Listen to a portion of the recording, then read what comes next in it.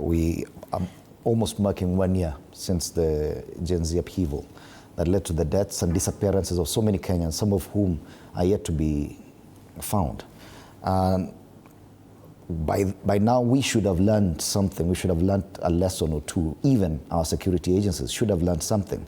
Yet we're seeing a return, or a repeat, or a continuation of the same. What are your sentiments about this? Thank you.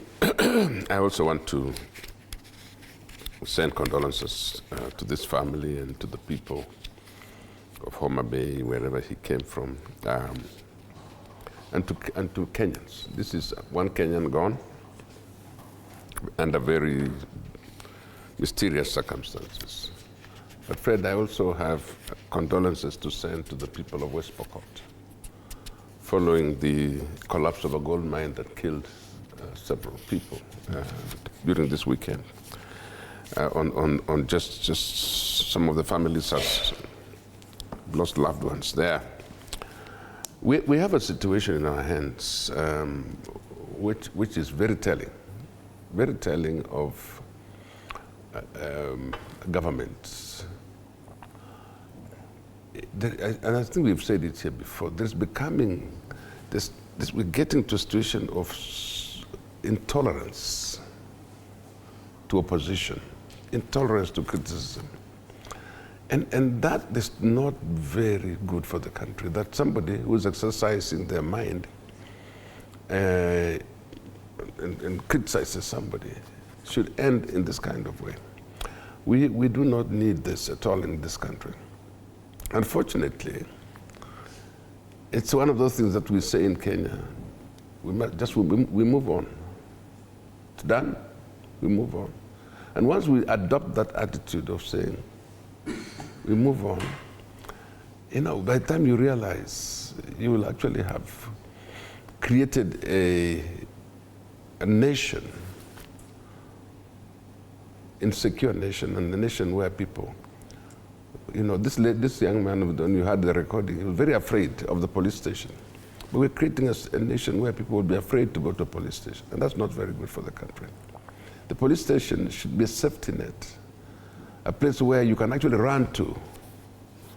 If you're for example, if you're being chased by anything or anyone, or you run for safety in a police station.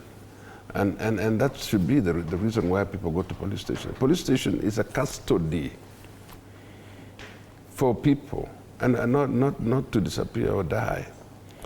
And I think that issue we normally talk about, the trust deficit, is coming over again.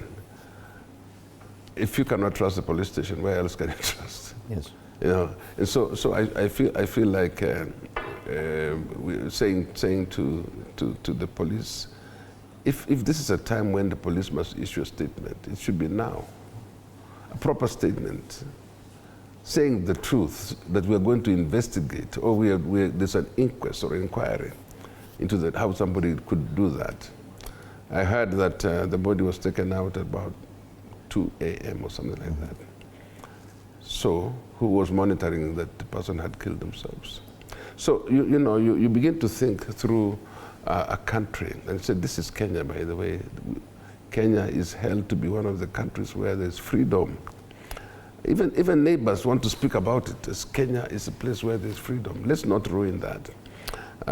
Let's not destroy that. I do wish that the police will come out properly with better statement than they have already started, the preliminary statements, that a lot of these young people should trust the police, should trust the police station.